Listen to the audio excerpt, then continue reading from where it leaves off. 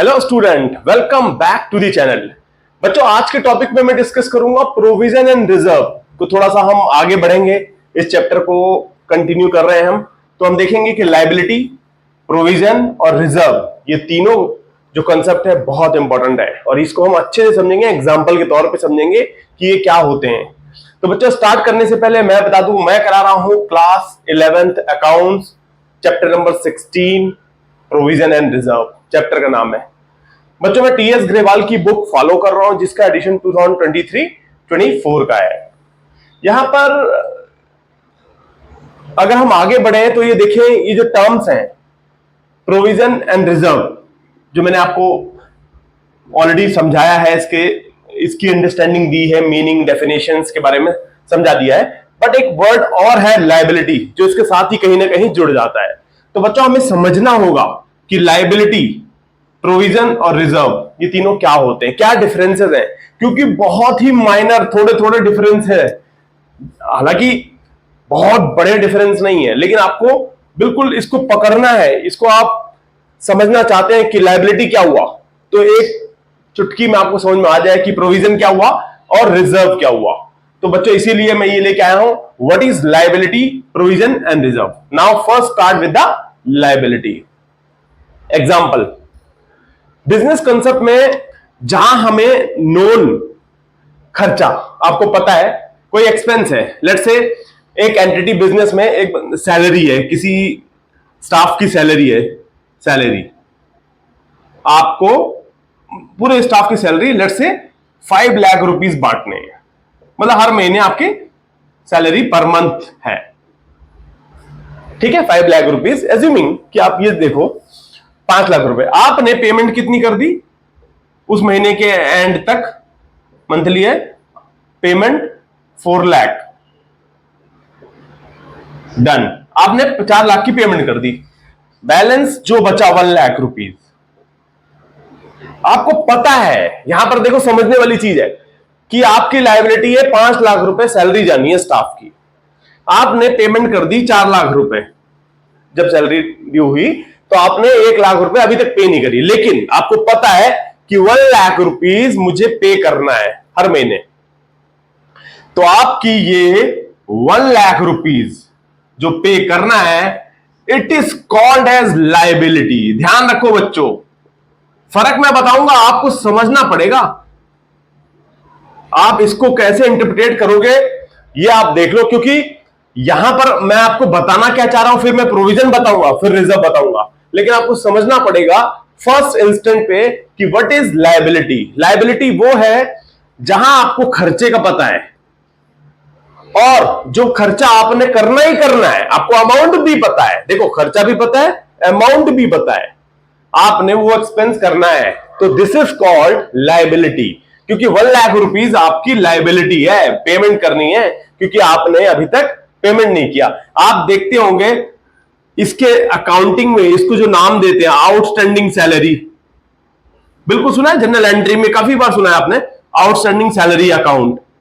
क्या होता है ये लायबिलिटी है, इस नाम से पुकारा जाता है इसको। सैलरी अगर बची हुई है 1 लाख रुपीस तो आपको लिख देंगे 1 lakh rupees outstanding salary account, that is called liability. Provision और रिजर्व नहीं है ये।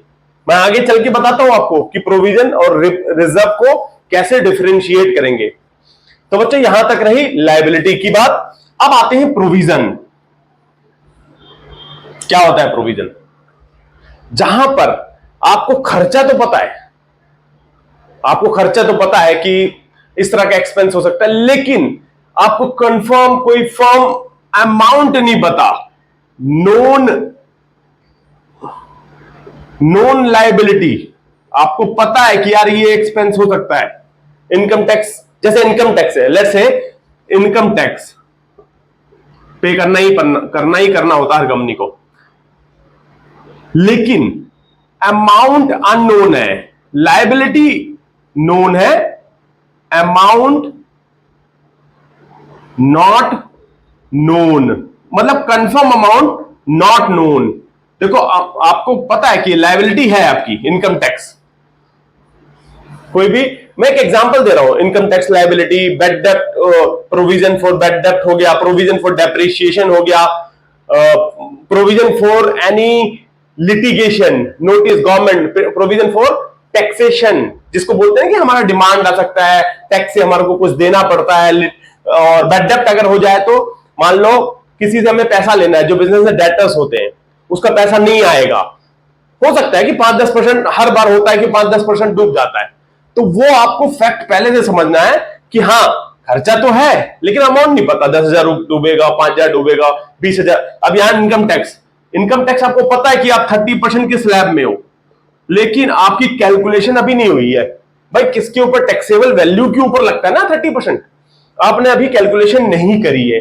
तो यहां पर आप फैक्ट ये देखेंगे, इनकम टैक्स का as a liability, as a provision बना लेंगे। देखो लायबिलिटी आपको नहीं, यहां अलग था मैटर, यहां तो था किसी की सैलरी देनी है, एक एग्जांपल के तौर पे आपने नहीं दी तो outstanding salary is a liability, but income tax आपको लायबिलिटी तो पता है लेकिन अमाउंट नहीं पता, तो यहां पर आप income tax, provision for income tax क्या बनाएंगे, इसी एग्जांपल को समझते हुए प्रोविजन बनाएंगे, provision for income tax is provision, ये प्रोविजन है, ठीक है। आपको पता तो है, आप खर्चा, इसको एस्टिमेटेड अमाउंट लिख लेंगे 1,20,000, एक एग्जांपल के तौर पे भी आपका 70,000 भी हो सकता है, 1,00,000 हो सकता है, 1,10,000 हो सकता है, तो आप 1,20 का प्रोविजन बना लेते हैं एक हायर साइड्स पे कि भाई ये प्रोविजन, हमारा लायबिलिटी तो पता है लेकिन अमाउंट नहीं पता, तो प्रोविजन में वो डिफरेंशिएट हो जाएगा, ठीक है बच्चों। अब हम बात करते हैं रिजर्व। बिल्कुल साधारण साफ शब्दों में अगर मैं बात करूं, रिजर्व हमारा, जो रिजर्व बोलते हैं ना, इज इक्वल टू गुल्लक।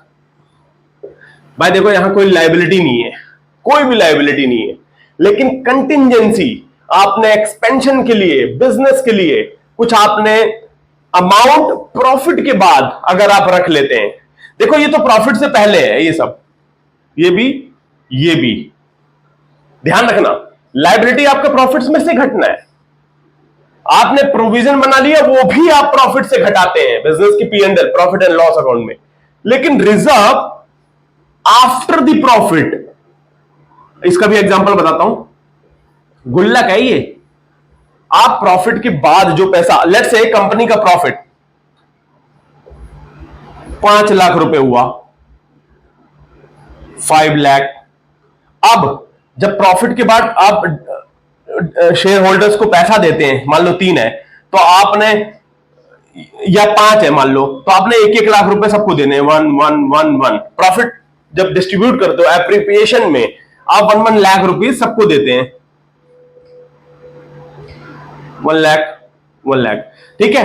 लेकिन आप कुछ amount workman compensation, investment fluctuation, कुछ ऐसा एक रिजर्व रख लेते हैं फंड, आप मानो आपने 1 लाख रुपए एक रिजर्व में डाल दिया, गुल्लक में, एक बोलते ना कि एक साइड में पैसा रख दिया प्रॉफिट को, प्रॉफिट के बाद जो बटना था, तो आप 4 लाख को डिस्ट्रीब्यूट करोगे, 4 लाख को 5 लोगों में, क्योंकि 1 लाख रुपए आपने गुल्लक में डाल दिए, ठीक है। यहां पर मेरे को बताने का मतलब यह है, समझाने का मतलब है कि रिजर्व प्रॉफिट के बाद जो आप हिस्सा रख देते हैं एक साइड में, कोई कंटिजेंसी लायबिलिटी हो गई या कुछ, आपको नहीं पता, यहां तो आपको अमाउंट भी नहीं पता, लायबिलिटी भी नहीं पता, ना तो ये आपकी लायबिलिटी है ना आपको अमाउंट नोन है, कुछ नहीं पता, आपने वो पैसा गुल्लक में जमा कर दिया कि कल को बीमारी में काम आएगा।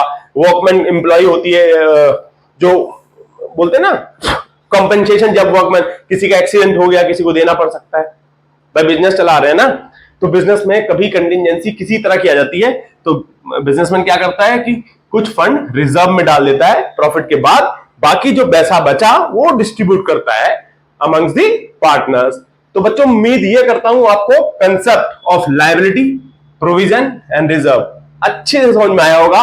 इस एग्जाम्पल के तहत ये आपके दिमाग में भी आ गया होगा कि क्या होता है, अब आप डिफरेंशिएट भी कर पाओगे लायबिलिटी, प्रोविजन एंड रिजर्व को। तो please like, share and subscribe. Thank you, thanks for watching.